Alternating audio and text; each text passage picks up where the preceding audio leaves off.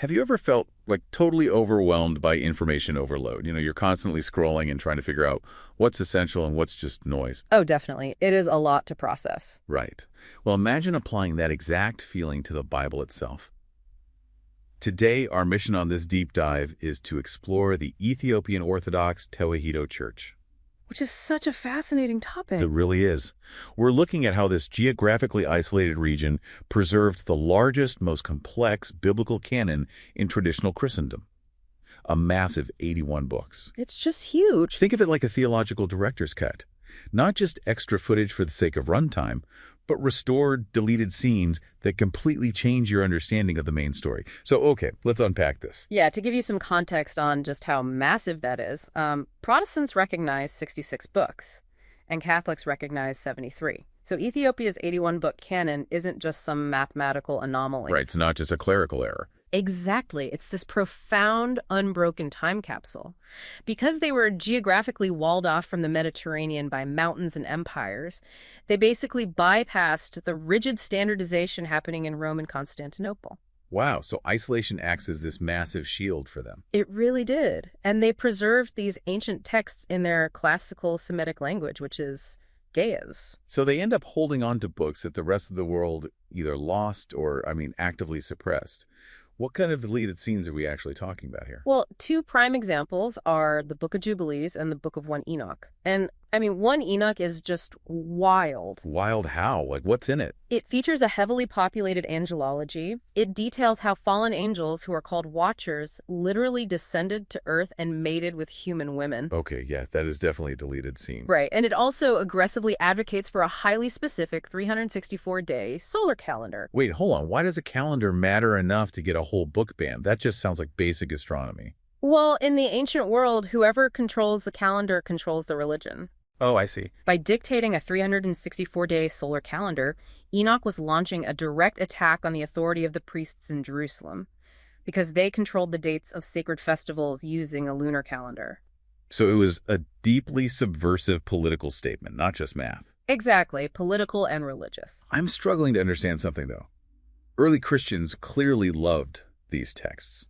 The Epistle of Jude in the Standard New Testament even explicitly quotes Enoch. Yes, it absolutely does. So how could the Western Church justify just throwing Enoch out? That seems like a massive contradiction. What's fascinating here is the ideological split.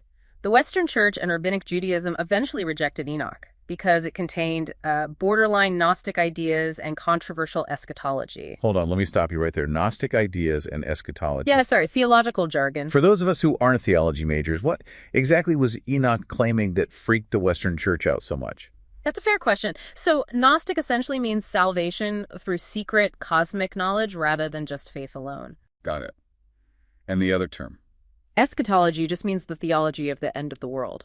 Enoch was promising ultimate salvation to this exclusive group who possessed hidden heavenly secrets. Combined with some really intense doomsday prophecies, I'm guessing. Exactly. And the West saw that as a huge threat to Orthodox teaching. But the Ethiopian church kept it because a core section features a heavenly Son of Man figure who judges the earth.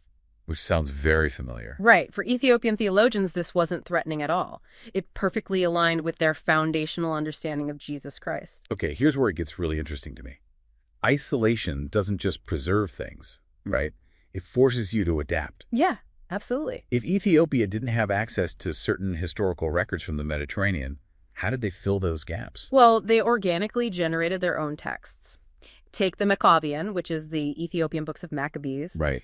It shares absolutely nothing but a name with the Greek Maccabees. It's like knowing a famous movie exists, but without the script, you just film your own brilliant version from scratch, to teach the moral lessons your community needs. That's exactly it. They prioritized theological truth and moral instruction over strict historical documentation. That's brilliant. And they protected the physical texts they did have with incredible dedication. The Garima Gospels are a perfect example of this. Oh, I've heard of these. They're incredibly old, right? Very. Recent radiocarbon dating at Oxford proved they date somewhere between 330 and 650 CE.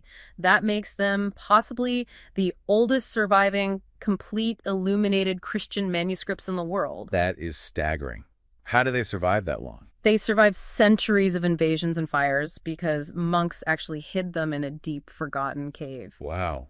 Just sitting there in the dark. And when they were finally recovered, a conservator had to travel there to perform what they call extreme bookbinding right on site. The pages were just too fragile to move. The physical dedication required to keep this canon alive is just awe-inspiring. It is. And if we connect this to the bigger picture, the survival of this massive, uncolonized African scripture had global consequences. Like what? Well, fast forward to the 1930s in Jamaica. This exact 81-book tradition provided the theological bedrock for the modern Rastafari movement. Really? I had no idea. Yeah, they looked at titles in Revelation like Lion of the Tribe of Judah and saw them as undeniable prophetic references to the Ethiopian emperor Haile Selassie. Oh, wow. Now, to be clear to our listeners, we're just reporting on what the source material claims here. We aren't taking any theological sides.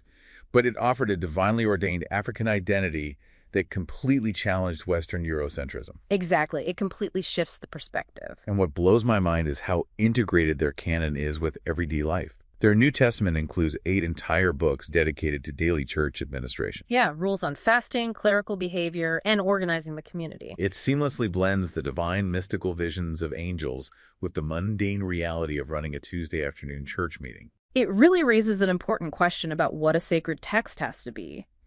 In this tradition, it's not a closed historical ledger. Right, it's alive. It's a living, breathing reality that governs everyday life just as much as it governs eternity. It really is.